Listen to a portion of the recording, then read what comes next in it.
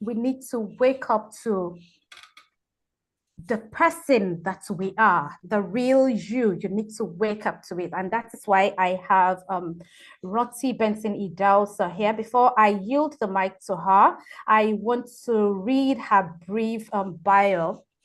Rantiade Benson-Idahosa is a Nigerian native, a thought leader with leading experts on the intersectionality of gender-based violence and the economic empowerment of women in sub-Saharan Africa.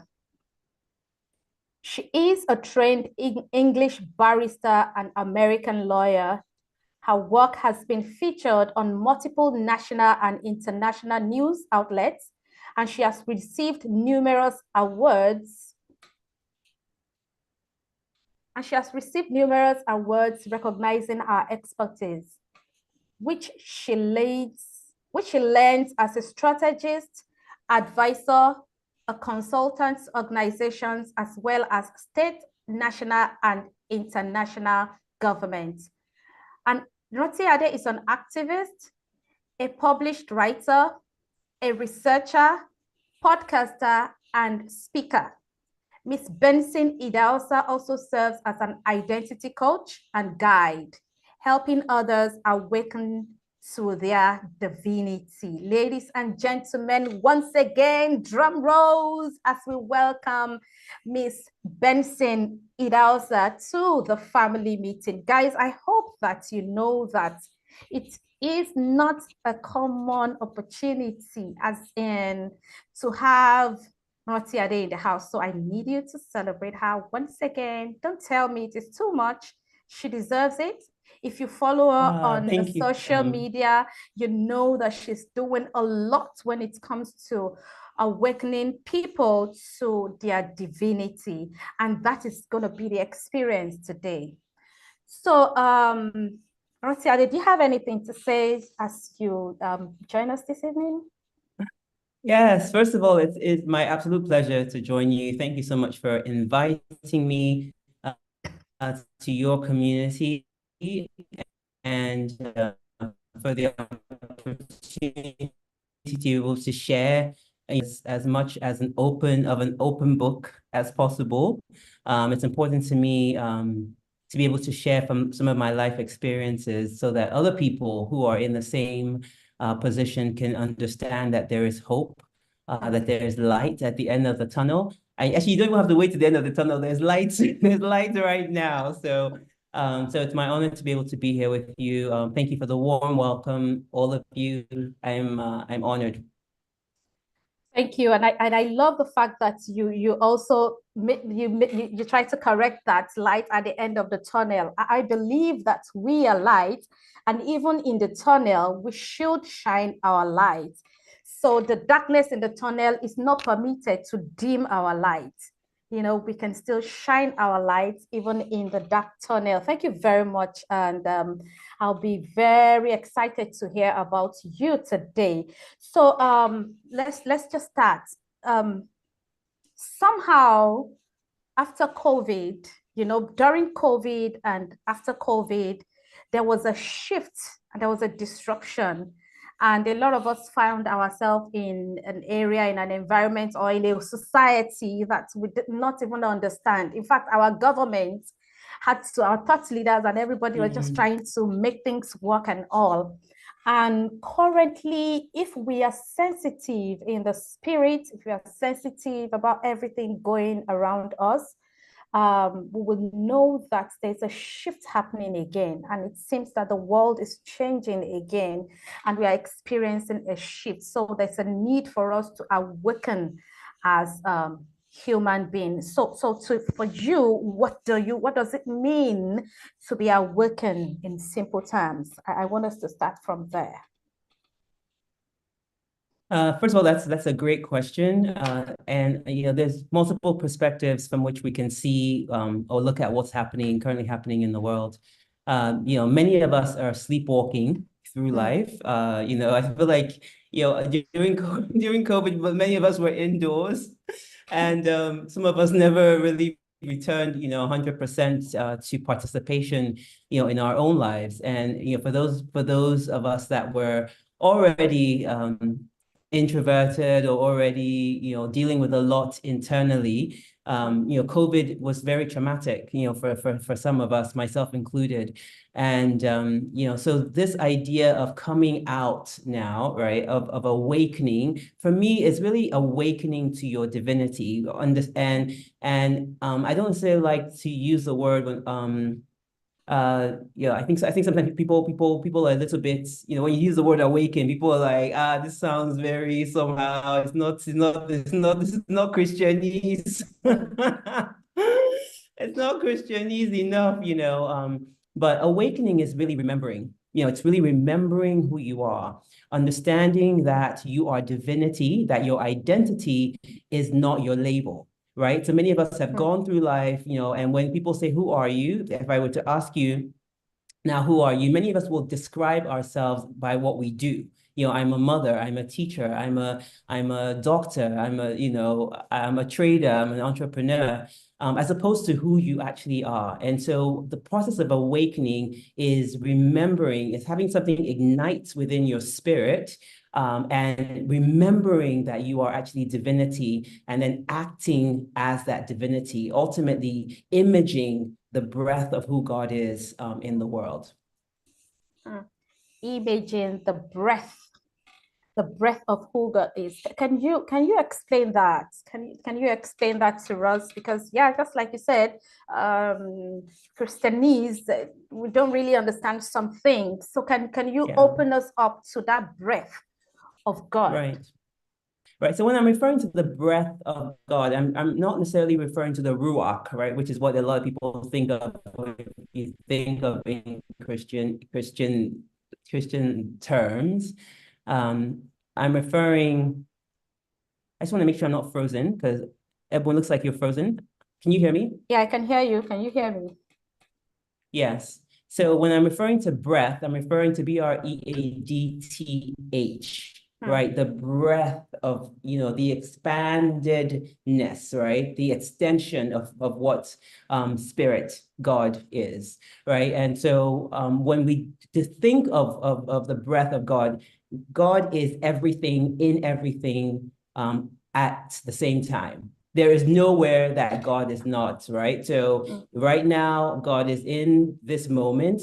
God was in yesterday. God is going to be in tomorrow. God is in the UK, is in Canada, everywhere at the same time, right? And God is in each and every one of us. And the reflection of God in each and every one of us is perfection.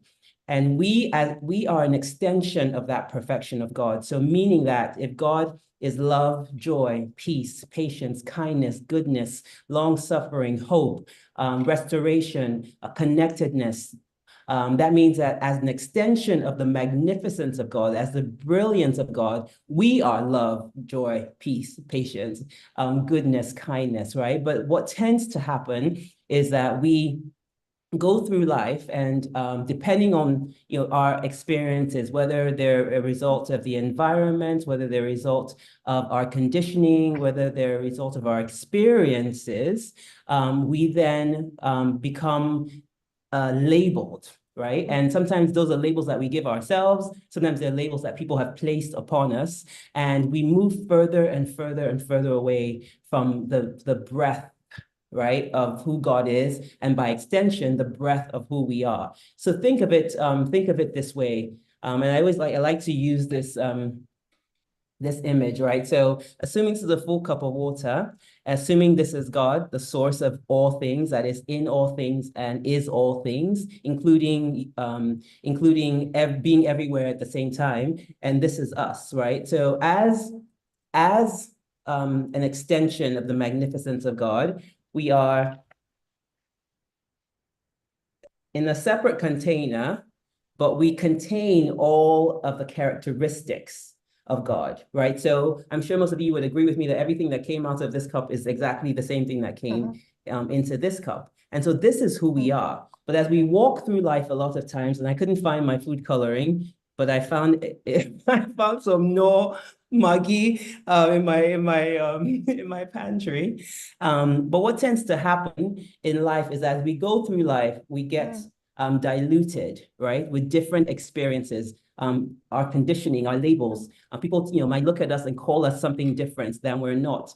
Sometimes we, label ourselves, right, and we start to look differently from the original intention of what the source of all things were, right? And so the idea of awakening is to return to start to look like the original intention of what God is by ensuring that we then, strip all of the things that life has and sometimes by our own creation, right? Because sometimes we are part of our own suffering. We create our own suffering. But the idea is to return from this by remembering and come back to this. Awesome, guys. I hope you are listening to this conversation and you're processing it in your mind to say that you are as he is. And that is why we talk about the I amness. That is why we talk about our power of creativity. So, Rantiade, I want you to kind of take us through the journey. You talked about the things that our upbringing, the things that the society, that's the environment and the experiences of life has turned us to. And these go a long way to eat us up as individuals, especially as women, such that, I always choose this example. Where's that girl? Where's that lady that wanted to become the head girl of the school in primary school? You struggled, you passed our exams, you want to be on honor roll in secondary school, you want to read medicine, and so you sat up and you wrote your work with excellent results. You graduated from the university, you want to graduate from the university with a first class or a 2-1, and you put in all this effort. But as time goes on, things start happening. They say life happens, and you just discover that you just let it go. You just lose that thing about you. And so I want you to talk to us. How can we collectively ignite this awakening as women in the society? So I kept saying that I don't want us to advocate for inclusion anymore because we have it in us. So what are the things we need to start doing? What are the things? Yeah, life has happened. What do you think we need to do? And here I want you to share your experiences with us so that we can bring it home so that people will understand this. Yeah. I mean, this is a critical point because I grew up as a daughter of Archbishops Margaret and Benson-Idahosa. My parents are well-renowned ministers in Nigeria and across Africa and some would even argue across the world. And there was a lot of pressure on us as children to converge into this, Idahosa children mold.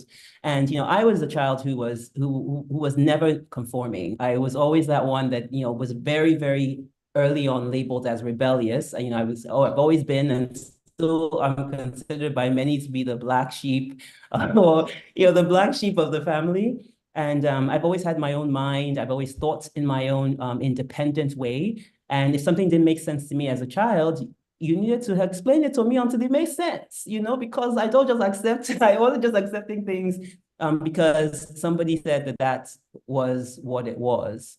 And so, I went to boarding school when I was 9. Hello, can you hear me? Okay, she's back. Yeah. All right. Yeah, sorry. Did it break for a moment? Okay. Yeah, just for a moment. So I was saying, okay, I went to boarding school when I was 9, and that was probably one of the first places that I experienced racism. And I also, in my teen years, I was victimized by a young man physically. I was, I guess what you would refer to as a quote unquote victim of domestic violence. I was beaten until I blacked out. I also suffered a sexual assault when I was 17. So within a year, back to back of each other, I had these two experiences. I went through my adult life without getting any therapy, without talking through, most of this. At the point I got married, and then there was a breakdown in my marriage. And so, I went through a lot of ups and downs, right? And so as I describe each and every one of those things, I want you all women, everyone who's listening to me, start picturing, every incident, was essentially drops that was resulting in the discoloration, right, of ultimately who I was created. Is the connections breaking? Is it? We can I hear just want to you. make sure I'm being heard. Yeah, we can hear Okay. you now. Was resulting in discoloration. And so as I was getting older, I was moving further and further away from my original creation to becoming, somebody that looked more like this. And, I remember, going through a phase in my life, particularly during the time of my separation, where I came to a point where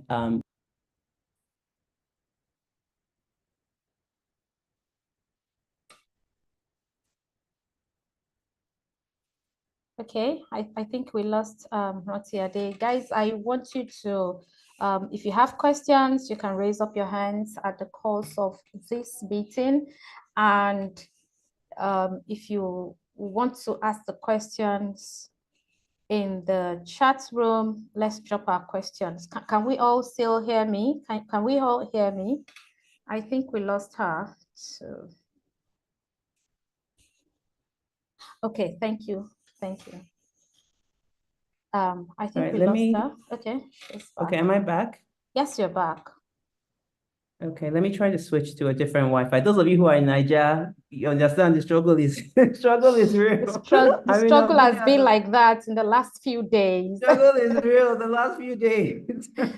So please bear with us. I'm in Abuja at the moment, so I'm gonna try to switch to a different Wi-Fi, and hopefully that will help to maintain a more steady connection. So just bear with me one.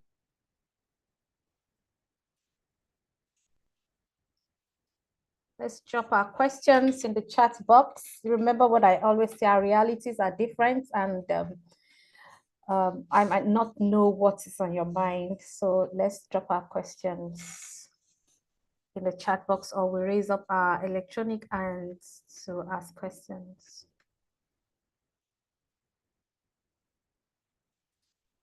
Okay, so far, how is it going? Is it worth it? Is it worth coming here on a Tuesday night? Is it worth it? Are you having fun? For those of you that did not introduce. Yeah, thank you very much, Buki. Such a delight to be here listening to Rantiade Idels there. Thank you. Thank you.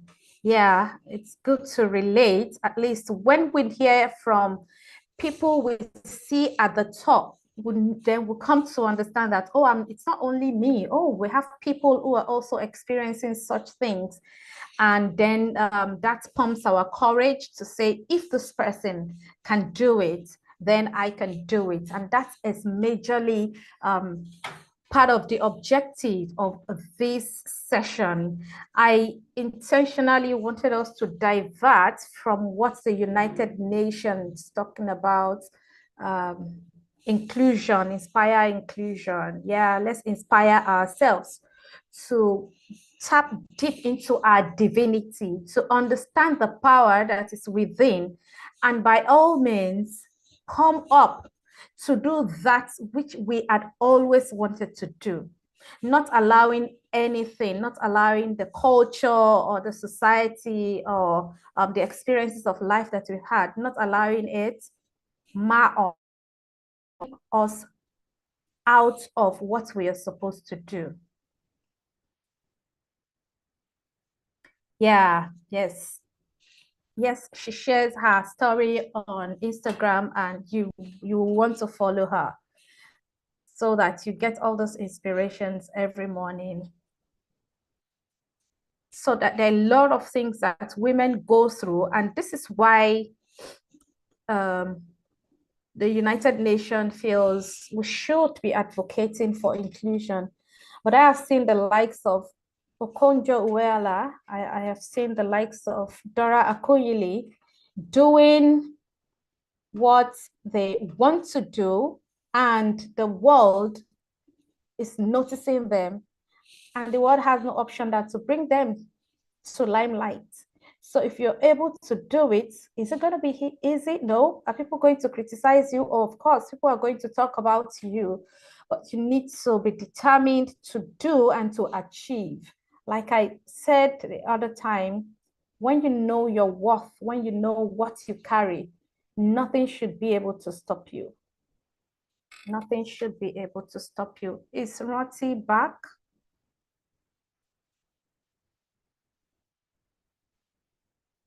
Is okay, while we wait for her, no one will include you. Take the opportunities you deserve. I love that. I love that. So can we just have this conversation? Do you think we're just becoming too dramatic about this? Nobody will do it for you. Like Buki said, nobody will include you. You have to take the opportunities that you deserve. Thank you very much. Is there anyone else in the house that want to share? What do you think about this conversation? Do you think we should keep begging for inclusion? I'm Why we back. okay, good. She's back. All right. Oh my God. I'm glad it's a family meeting. So you It's a have family meeting, so we have understand. mercy. Have mercy on me. Oh my goodness. Nigeria is a beautiful land. We'll continue to speak life over it. Yeah, All yeah. right. So sorry, I'm not sure if you wanted to finish what you were saying. No, it's okay. We're just getting ourselves engaged, encouraging one another to say no one will include us if we don't step into that inner power. Yeah, so Okay. you were talking about the pollution and everything and how we Right. yeah.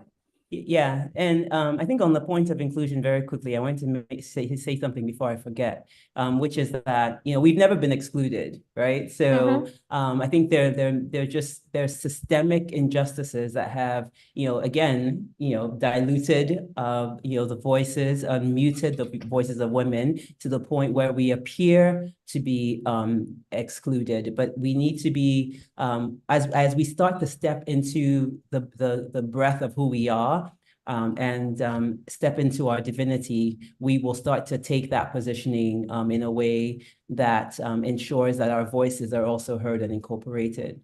But what I was saying about my own personal life and sharing from some of my own experiences was that as I started to go through life in an endeavoring to overcome some of these things, I was not very mindful of who I was in my identity. I was not grounded in my divinity. When I refer to my divinity, I'm referring to the fact that I'm again, and I'll be using this cup a lot. Oh my God. Are we saying this network issue is worse in Abuja? Wow. Are you not able to hear me? This network issue is worse in Abuja. Okay, you're back.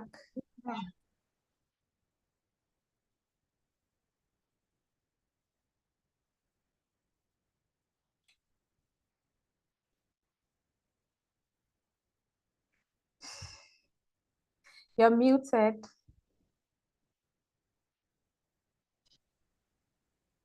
Okay.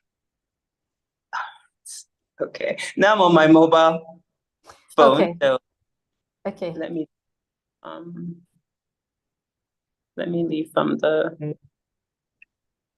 laptop. So, okay.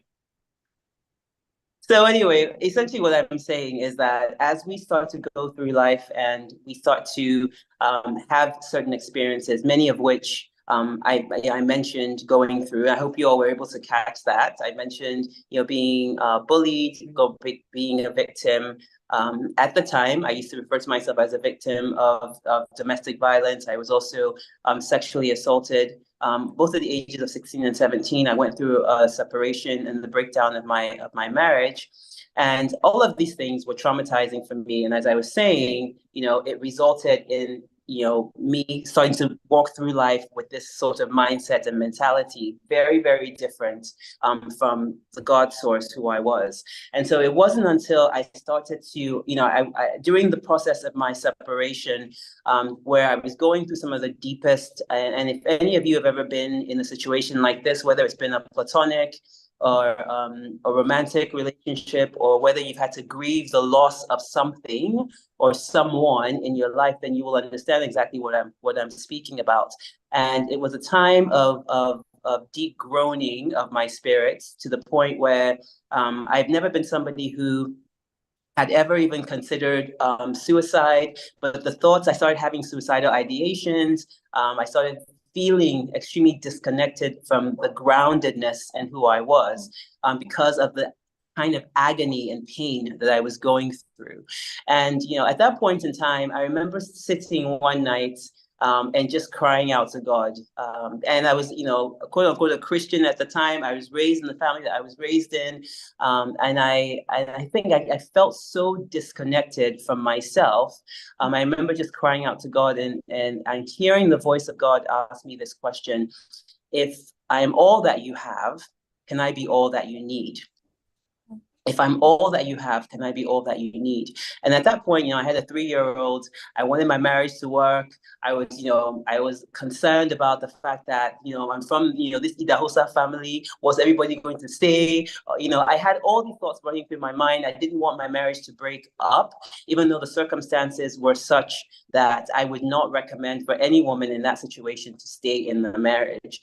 But I was, again, because I was so disconnected from myself, I was crying out to God, and the question just kept resonating in my spirit: if I'm all that you have, can I be all that you need? And it took me a long time to get to a place of surrender, to say, what, God, oh Mario, so be it. If this is what it's going to take, then I surrender. I release this situation. Let your will be done. And it was in that moment of surrender that I was able to start to awaken to my divinity, because I did not understand the love of God. I went to church. I spoke all the same Christianese language that we all speak. I thought I understood the love of God, but it wasn't until that particular moment when I felt the physical presence of God. It's the same way somebody was sitting next to me. I felt the physical presence of God envelop me in a way that I'd never, ever experienced before. It was as if God was just sitting next to me and was like, I got you. I got you. And it was in that moment that I really started understanding the breadth of the love of God, the magnificence of who God is, the power of God to be able to pick somebody up in the middle of a situation where they were struggling, and where they were at the brink of what I would only define as just the worst agony any person can possibly feel. And I remember, if I didn't have my 3-year-old at the time, I'm not sure I would have been quite as present as I was, because she kept forcing me back into reality. She kept trying to awaken me, because she had needs and the things I needed to care for her. And I'm so grateful. I mean, I actually sent her a message a few days ago to tell her thank you for that. She was like, "Mom, I was only 3." I was like, "You have no idea. You have no idea." But as I started to awaken to myself, awaken to the fact that I was loved by God, and so as a result of that love, I was loved, I first started applying all of that to myself. I started being compassionate to me, because if God is compassion, I'm compassion. If God is grace, I am grace. If God is goodness, I am goodness. I started changing the things I was saying to myself, speaking life into myself. Okay. Was that from Rantiade, or it's a gender? Okay, I think you're back. Okay, I started speaking life into myself. And as a result of that, showing myself the same love and grace that God was extending to me. And I started to recognize that as an extension of God, I had the ability to do that for myself, to start to heal myself, right? I didn't need to rely on some external source to come in and now start, anointing my head with oil, or I didn't need to go to any kind of mountain. I recognized that within myself, I had power, I had joy, I had peace from a source that was not me, because I was still looking and feeling like this, right? But the longer I stayed in that space, the more I started to look like this. And that's when I recognized the fact that it doesn't really matter what you have been through. There's no depth of how far away you may have gone that you cannot be redeemed and made whole and made to feel the love of who God is. And so that was the first step for me. The first step was really beginning to awaken to who I am, understanding that as God is, if God is I am that I am, me too, I am that I am, right? If God is joy, I am joy. If God is peace, I am peace. If God is love, I am everything that God is, I am. And as I started to come into that recognition, that knowledge, I try to embody that reality in my day-to-day life. And I honestly believe that if I had not gone through that, Okay.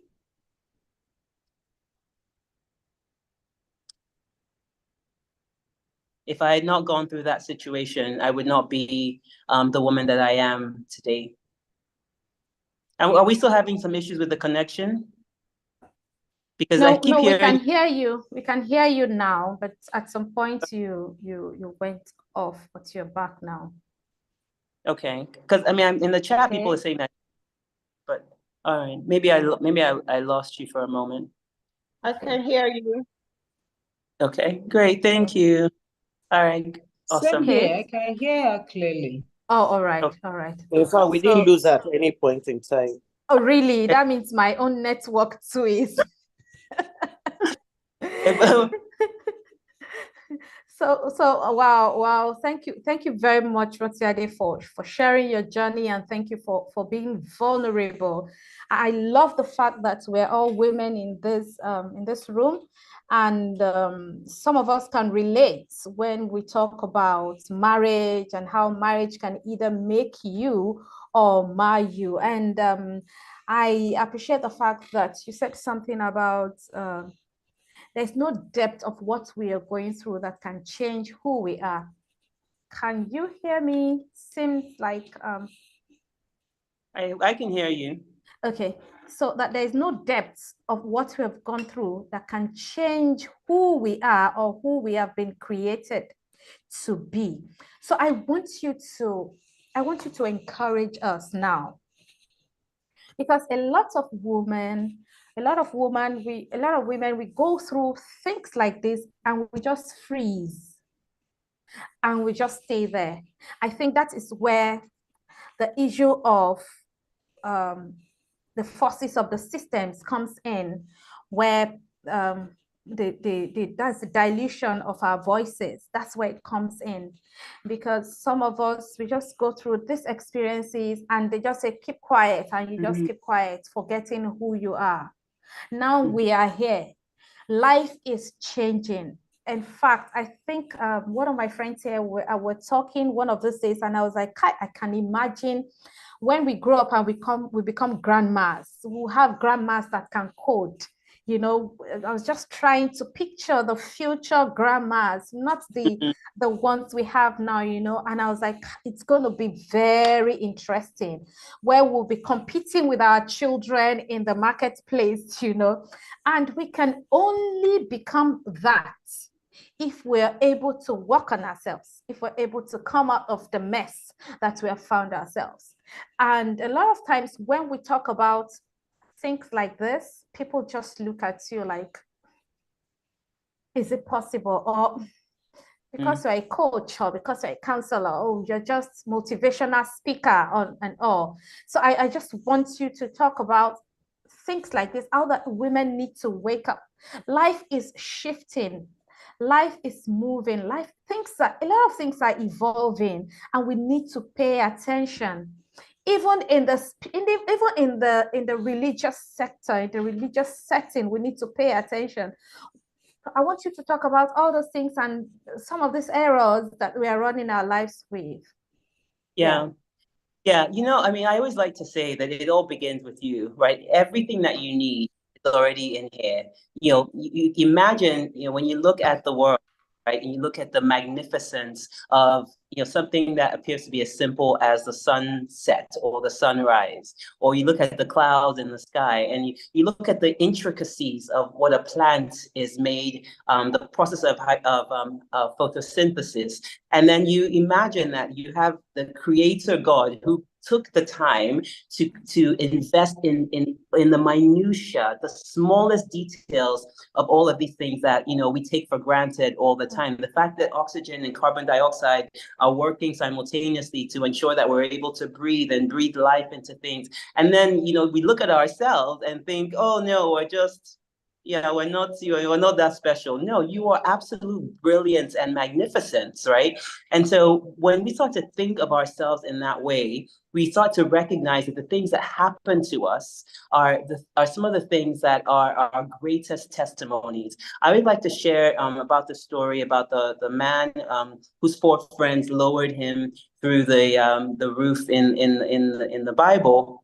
And they bring him before the presence of Yeshua, and Yeshua is Jesus Christ is looking, is having an engagement with him, right? And that and the Bible says that when Yeshua sees the faith of his friends, he heals the man, right? And he says, "Arise, take up your mats and walk." Right. And I always used to read that scripture, like many of us have read it, dozen times. You've listened to sermons about it in church.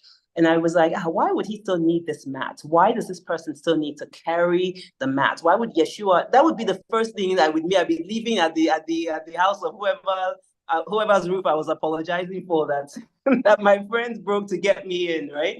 And I was asking the Spirit of God one day, like, why did he need to carry the mat?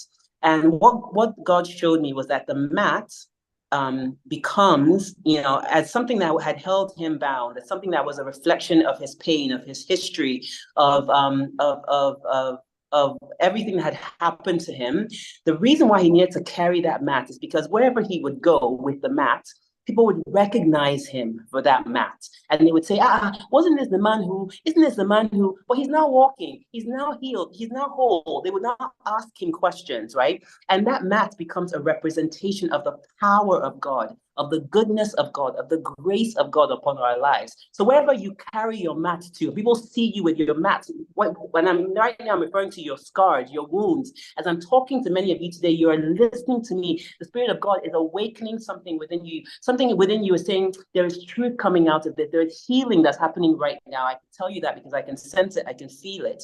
There's healing that's happening right now. Allow your heart to be opened to what the Spirit of God is doing right now.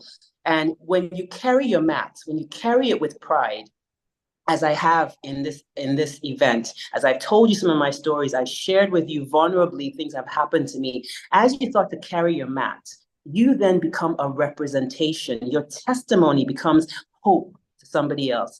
Your testimony reflects the power of God, the anointing of God, the goodness of God. That's why it's important that we don't hide our scars. Those who bear scars are obligated to help the wounded. And so for those of us who are stuck, right? And a lot of my life coaching work is for women who are stuck at the intersection of their evolution and trauma. You recognize that something is keeping me in this space. I cannot move forward because I've gone through a thing or two, like I like to say. Some of us have gone through 3. Me, I've gone through 1, 2. I can think of like 4 major traumatic events in my own life.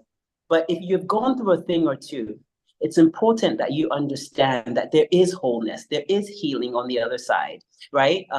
But you have to have the courage to step into that. And the first step is to understand and know who you are. There's a big difference between knowing and believing something. When you believe something, it's external. It's knowledge that is external to you, right? So I can believe that if I add 2 + 2 together, it's 4. I don't know that personally. I have no intrinsic knowledge of that, right? I was told that, I was taught that. And so I started to believe it because it made sense in the world. Anywhere I go and I tell somebody it's 2 plus 2 is 4, they would tell me yes, 2 plus 2 is 4, right? But that's an external knowledge to myself. When you know something, it's internal. You've made conscious contact with that thing. So it's like riding a bicycle.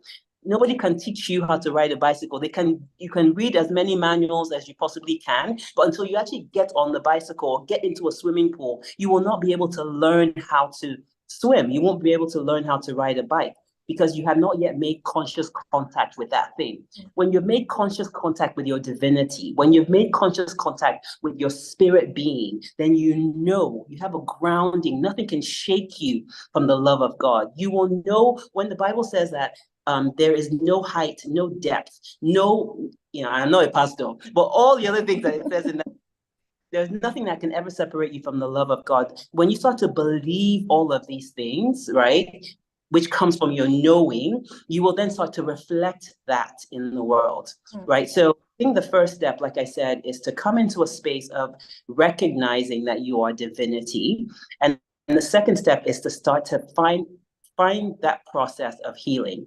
And sometimes we don't even have the strength within ourselves. I saw somebody say in the chat that they feel frozen right now, right? Some of us don't even have the strength within ourselves to do it. You can be surrounded by a community of people, right, that can help you. The same way these 4 friends that lowered their friend through the roof, it was their faith that made him whole, right? It wasn't the faith of the person who was sick. It was the faith of their friends. So find a community of people that can surround you, that can support you through this season when you're struggling. And then I would say that the third step is to start that process of healing. And sometimes you have to create the space to be able to do that. You cannot necessarily stay in the same position. And I don't necessarily mean you have to move out. Some of us don't have that option of leaving our situation or moving out to go to a 3-week retreat, to go and meet God on a mountain somewhere. Some of us are still stuck in the same space as our abusers. Some of us are stuck in the same space as our trauma. Some of us are stuck because you don't have the luxury to be able to move from that space. And so what you have to do is start to create space in your mind, right? And the way that you do that is through meditation, which is very different from prayer, right? So prayer is when you are directing your words to source, directing your words to God. But meditation is when you pause and you listen. You hear what God is saying back to you, right? So many of us come to prayer, and all we do is talk. God, I need it. God, I need it. God, I need. God, I need. God, I need. God, I need. And we don't ever take the time to just pause and just to listen. What is God saying back to you in response to that? And so those are the 3 steps that I would outline for now. So if you're stuck in that place of trauma and evolution, or you've gone through a thing or two, or you're suffering with something and you're not sure exactly how to navigate it, those are some of the steps I would encourage you to start to think through. Thank you very much. I love that part where you say that, where you mentioned that our mat is for identification. So our experience are tools in our hands to help other people. So if you don't get to that point of healing, it might be difficult for you to even be a blessing or to help another person. So if we're able to identify the fact that this is who we are and we have gotten this healing, we are back to our source. We should not just sit there with our mat. It should only help people see that, oh, this person have gone through this. If this person can, then I will be able to. And this is to encourage us, come into the space of who you are. That you are the source. Start the process of healing. So Rantiade, I want you to, and when you were talking about, one of the strategies you mentioned is meditation. Some of us still see it as spooky. Some of us still see it as, why? No, we're not supposed to do that. Can you say something about meditation and how powerful it is, how we can use it for our own benefit? I know you mentioned some things about that. and how do we go about this healing process to foster so that it will foster us towards this inclusivity that we are yearning for, that we are looking up to. We are not excluded. You have buttressed that fact for us, but some of us still feel, oh, something is holding us back. Oh, we are stuck. Oh, I can't. What are those courageous things we need to hear that will help us? First of all, it's important to know that many of us who've been traumatized, right? Trauma is a wound, right? It is, there's a definition that I really love where I forget the name of the psychologist who defines it as, something that happens to you in the absence of an empathetic witness, right? It's what happens to you in the absence of an empathetic witness. And, many of us have gone through things that no one has ever validated because sometimes we haven't voiced it. We've never said it out loud to anybody, or you try to say it out loud to somebody and somebody shushed you and told you, we don't talk about these things, or I went through this as well, so and I survived, so you too must be quiet and you too survive. And that absence of validation is a big problem. Someone was asking me to recap the steps that I mentioned. And the first thing I talked about was just understanding your identity, awakening to your divinity, and then connecting, if you can, with others who might be able to help you through that, and then meditation as well. But for many of us who have gone through some of these things, we don't necessarily understand the process, right? It just doesn't, as I'm talking to you now, you're like, okay, maybe that's good for you, it's worked for you, but maybe it's not something that might, something that might work for me. But one thing I want to be clear, first of all, before I talk about meditation, is the fact that we don't necessarily have to overcome our trauma, right? Because it's sometimes, when I did my undergrad in psychology, and when I was going through that process of learning, I remember thinking, oh, I've gone through so much myself, I have to overcome it because that's the only way I can heal. And I have to put it behind me, put the past behind me, turn the page, move to a different chapter.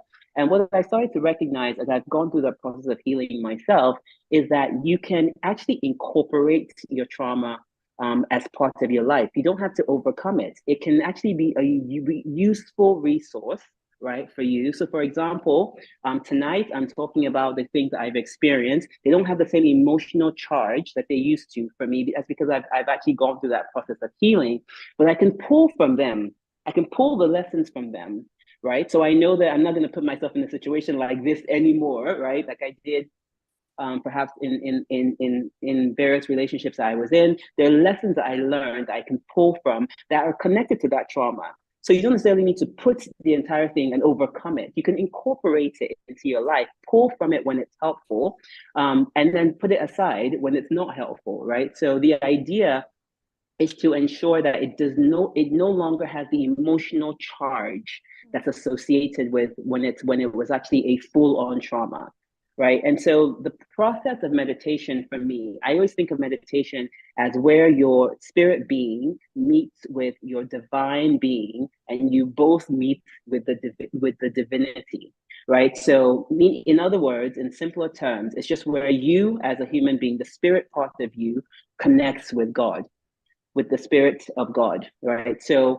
many of us who think of it as, some kind of Eastern, New Age, chanting, and I don't want to open my mind up to anything. Let any evil not come and consume you. I don't want to open my mind, but your mind is open already, right? So when you are focused, when you're laser focused on your problems, when you're thinking all day on your anxiety, you're thinking on your stress, if you're thinking on your stressors, you're thinking on that one problem that you constantly have, you're focused on the traumatic event that happened to you, you are already meditating.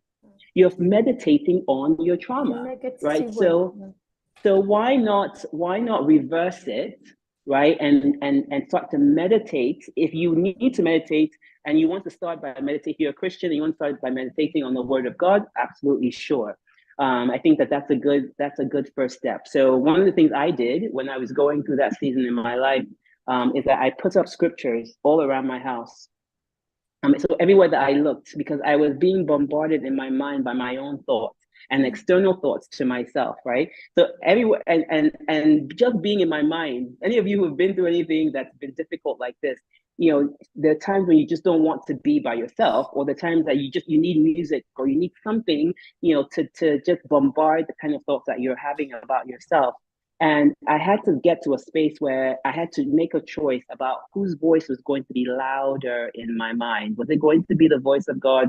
Or was it going to be my own voice or external voices? At one point, I had to shut out. I had to cut off some people because they were saying things to me that were contradicting who God was saying that I was. So if God was saying that I am an overcomer, that you are the beloved of God, that you are the righteousness of God, that you have the power, you have the ability to overcome the situation.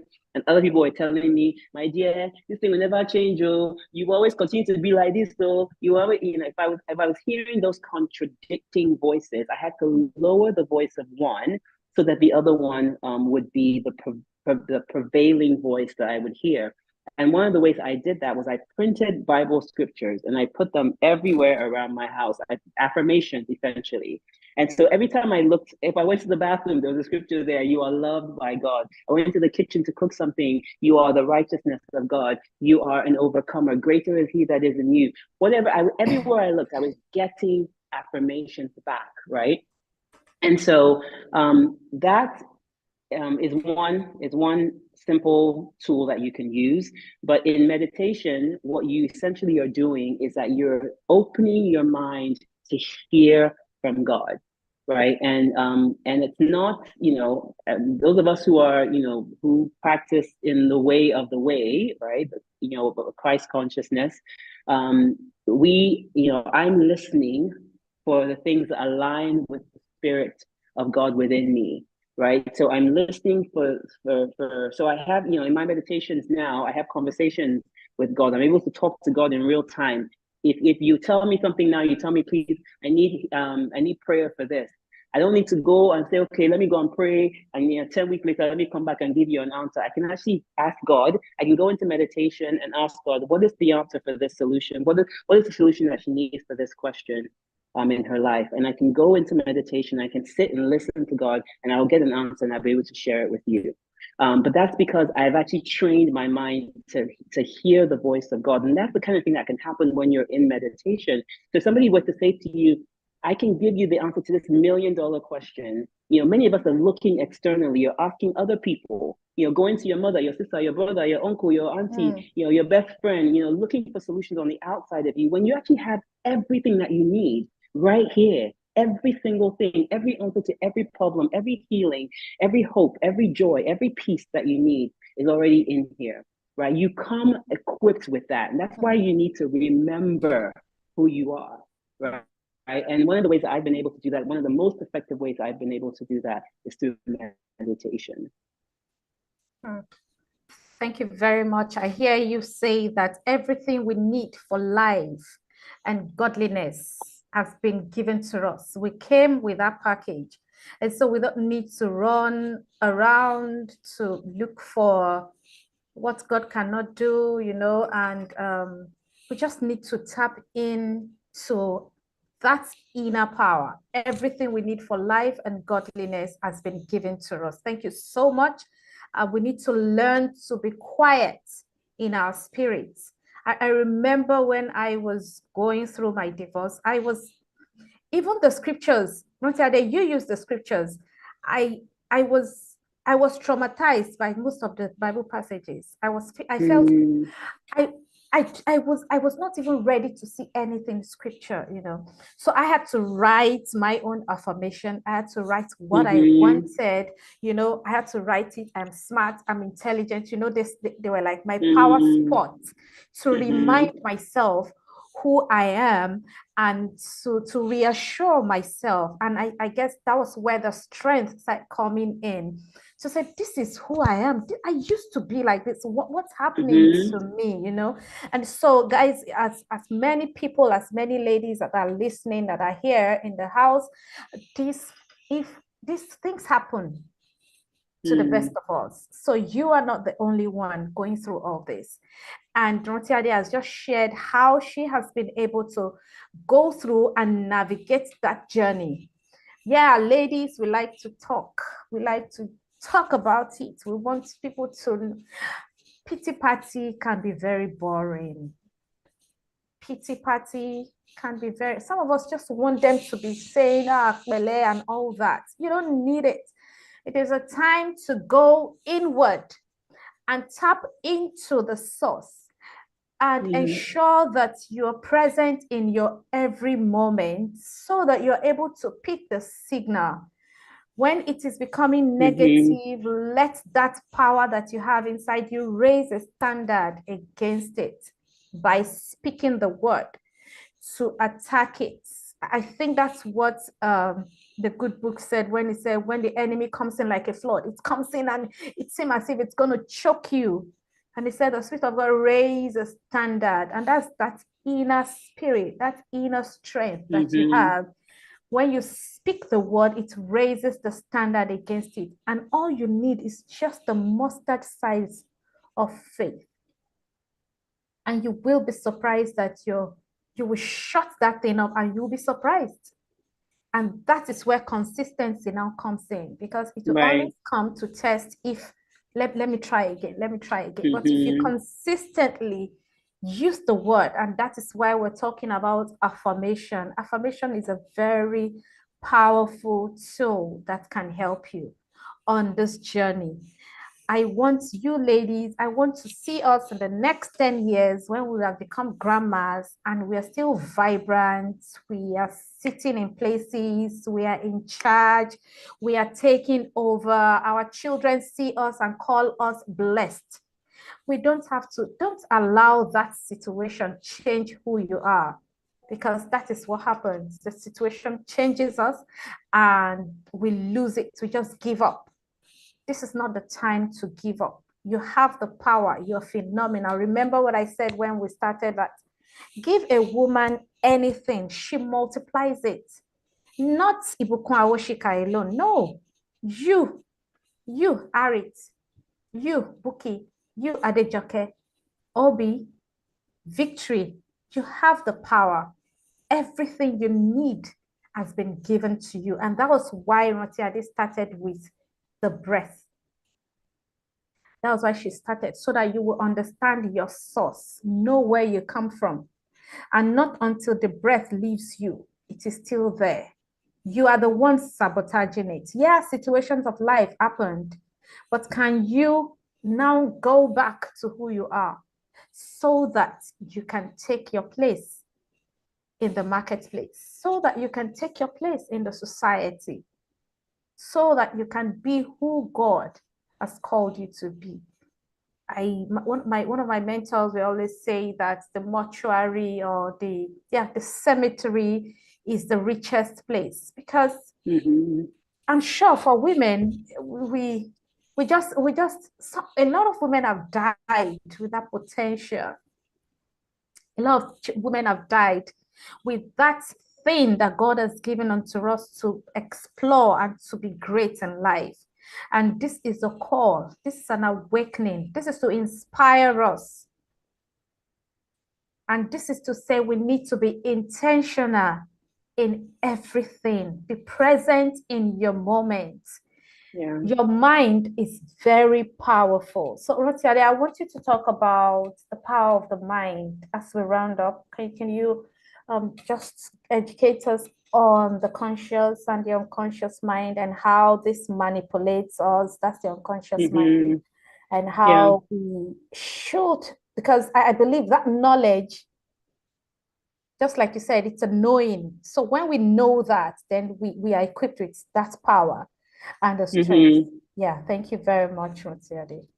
Guys, if you have any question, sorry, before you come up, if you have any question, please let's drop in the chat box, or you can raise your hand so that I'll yield the mic to you. But before then, let's listen to the power of the mind.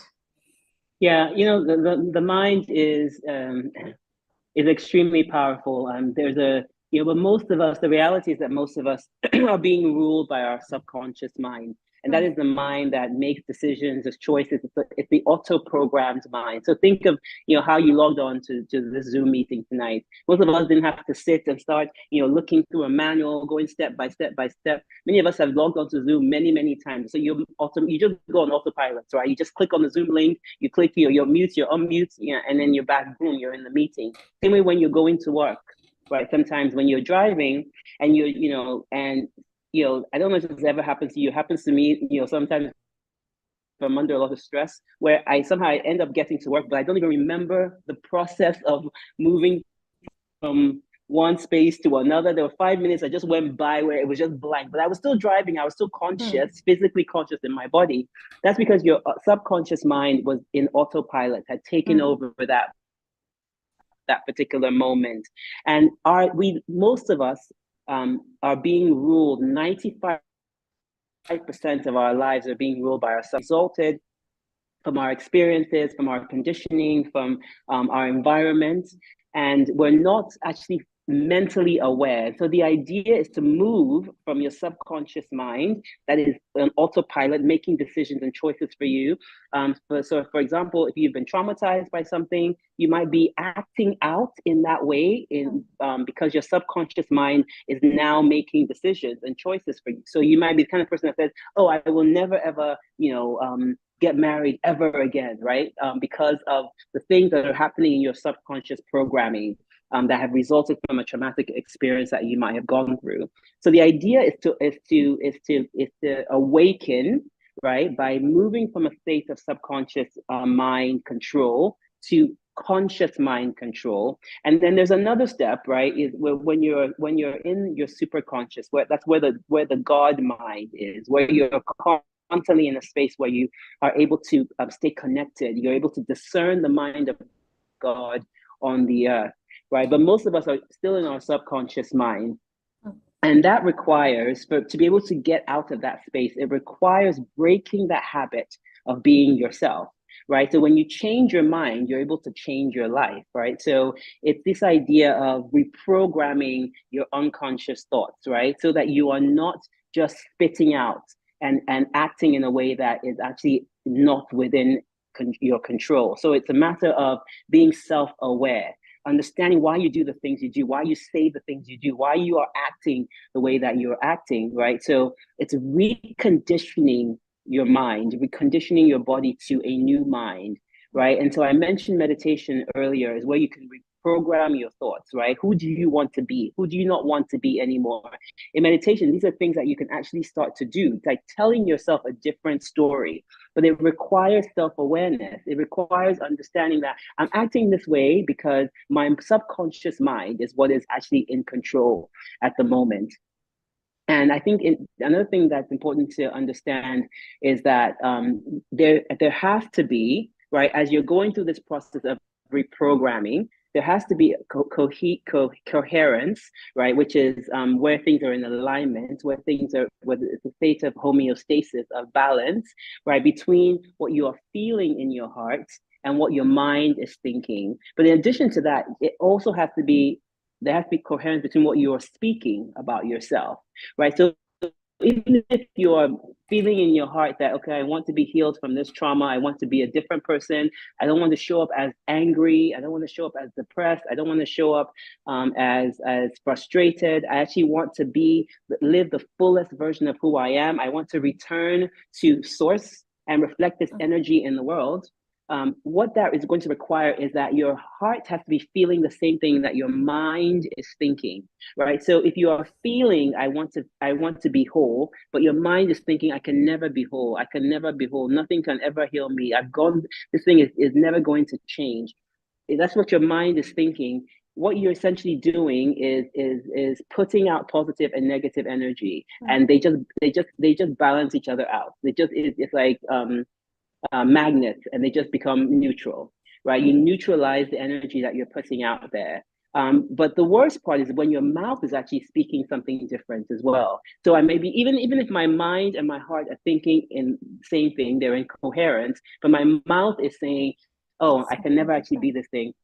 You have to recognize, right, that your subconscious mind is constantly listening to what you're saying, right? So it's not necessarily in the Hello, was that conversations. me? Okay, so Okay. okay. We have to ensure, just to wrap up, that there is coherence between what your mind is thinking, what your heart is feeling, and what your words and your mouth is saying, right? And so that's going to require becoming conscious, becoming awakened, so that you are reprogramming your mind, and your subconscious mind is not in charge of your decisions and your day-to-day termination. Thank you very much. I hear you. Our conscious mind is the logical mind, and the unconscious mind is the feeling mind. That one likes to, so we store a lot of things there that eventually play out on our day-to-day life. There are times we're supposed to process things, but we just spring into the suggestion from the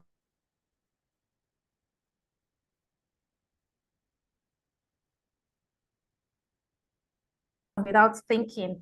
But as soon as we are able to align our thoughts, our actions, and our behavior, then we get what you want. And when you were describing that, this illustration just came to mind, how that we go to church quite all right, and the pastor is praying and declaring and doing all that. You're saying amen, but inside you, you're logically thinking, how is that possible? You know, and when we do that, we just sabotage it. And I see that that's what you're trying to explain, how that even if your now is not showing that it is possible, just believe it, accept it, and receive it, and that settles it. So we need to understand how the conscious mind and the unconscious mind works. Thank you very much. There's so many questions in my mind, but I really don't want us to, to take the time too long this evening. Guys, do we have anyone here who have any question? Do you have any question to ask? You can raise your hands and I yield the mic to you, or you can drop your questions in the chat box.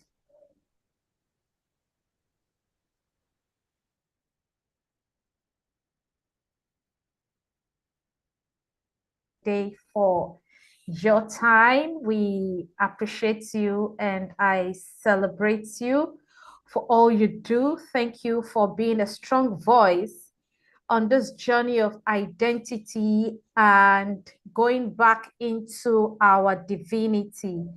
Okay, so I'm going to drop Rantiade's Instagram handle. I can put it in there, sis. Okay, thank you. Yeah. Please follow her, and if you need her to be your mentor, to counsel you, you can reach out to her. Just send a DM to her on Instagram and she'll respond to you. Thank you very much, sis. Do you have any last word for us? So Buki is asking, what's the practical way of ensuring that alignment? For me, like I said, it's that alignment. So can you hear me? Yes. Yeah. Yeah. Ensuring that you have that alignment for me is through meditation. Yes, that's my answer to everything, because it's been the most effective healing tool, for me. And I think when you're able to tap into your mind, you're able to move from your heart. Move from your mind making most of your decisions to moving from your heart, right? And that's why the Bible says to guard your heart. It doesn't say guard your mind. It says to guard your heart, right? Because your heart is really the space from that you connect to spirit being. And one thing I wanted to just mention is, our hearts are really, one thing that God showed me in meditation is that our hearts are gardens, right? And everything that you need. One of the visions I had was I was able to see this huge, beautiful garden, and every plant and every flower that I could ever imagine was in this garden. And what the Spirit of God was showing to me was that as I looked at every plant, that plant represented something of perfection in my life, which is something that I already have, right, within your heart. So I would look at a plant, and that plant would be love. I would look at another plant, it would be peace, it would be joy. And all of these things the Spirit of God was showing me were already in my heart. Our job is to ensure that as the gatekeeper, we're not just allowing any and everybody, to come into our hearts and create imbalance, right? To create a lack of homeostasis. Okay, am I back? Yeah, you're back. Okay, and so our job is to ensure that we create okay, thanks, Buki. That we allow our hearts to be in a space of homeostasis, of balance, right? So as gatekeepers, our responsibility is to ensure that we're not just allowing access to anybody who just wants to come in and and create havoc, in our lives, right? We have to be able to create that space for ourselves. And whether it's in your mind, or whether it's a physical space, or whether it's a space in a community like this where you can feel safe to share your truth without judgment, without shame. And kudos to you, sis, for creating this beautiful community. I love the vulnerable openly as well. So to your heart, your mind, and your words, right? Everything comes into cohesion when you're in that space of being able to connect, because that's where you actually hear from God as to who you are. So that's what I would say about that. And I don't know if it's just me now or whether everyone's frozen. Can somebody let me know?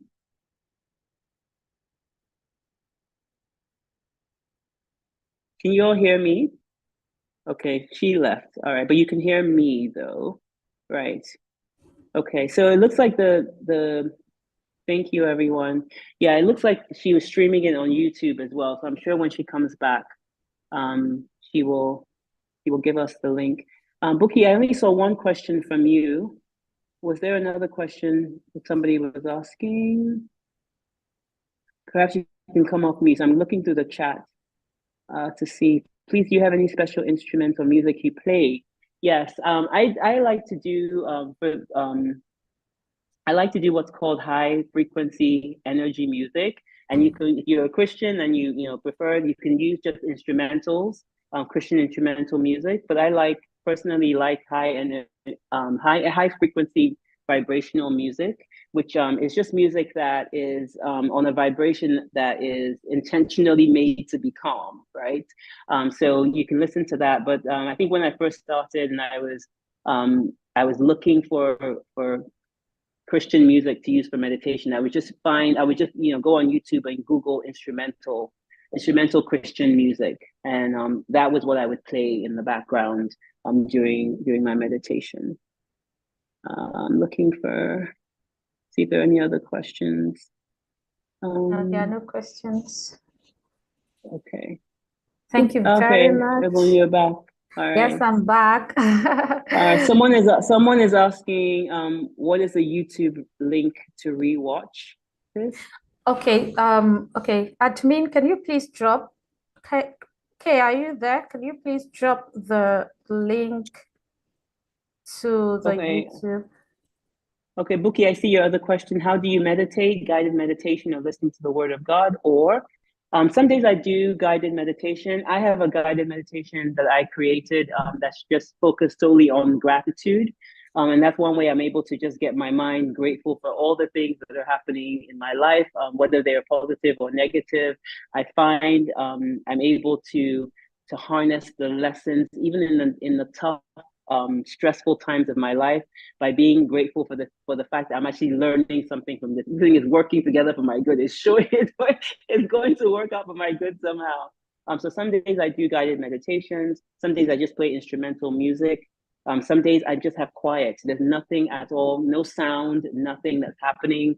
Sometimes I use a mantra.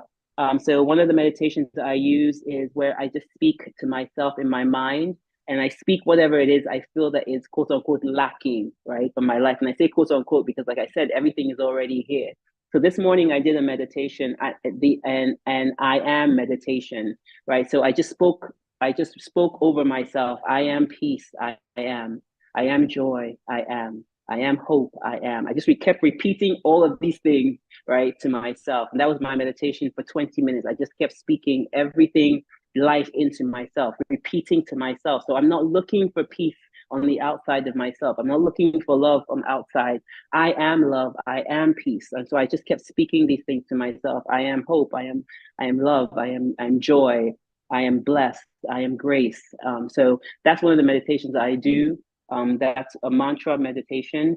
There's so many different kinds of meditations, but I use a mix depending on what it is that I particularly need in that moment. So I hope that was helpful. So I just kept speaking these things to myself. I am hope. I am love. I am joy.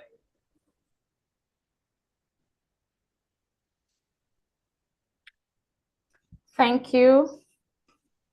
Thank you very much. Thank you so much, guys. Is it worth it?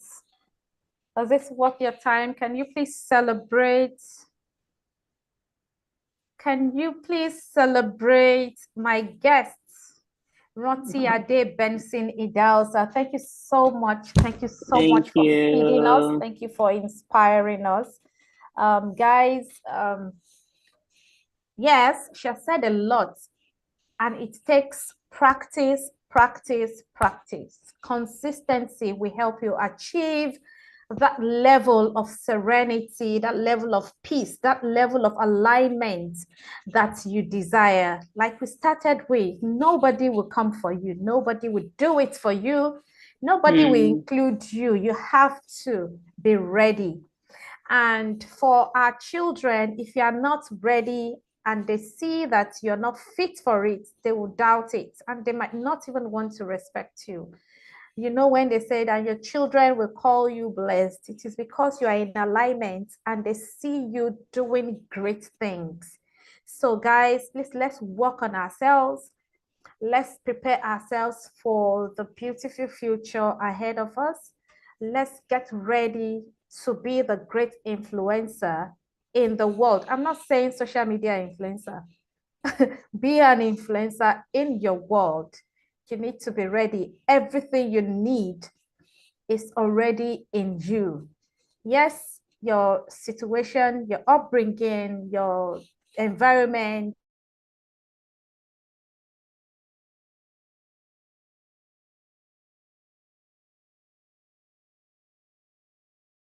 to become that you that God created. Thank you very much, everyone. It's been an amazing time. Rantiade, I see people celebrating you. They say they will love you. We are huge fans. Somebody say, I am a huge fan.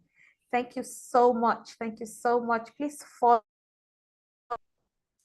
on social media. Can you guys hear me? Am I still here? Oh,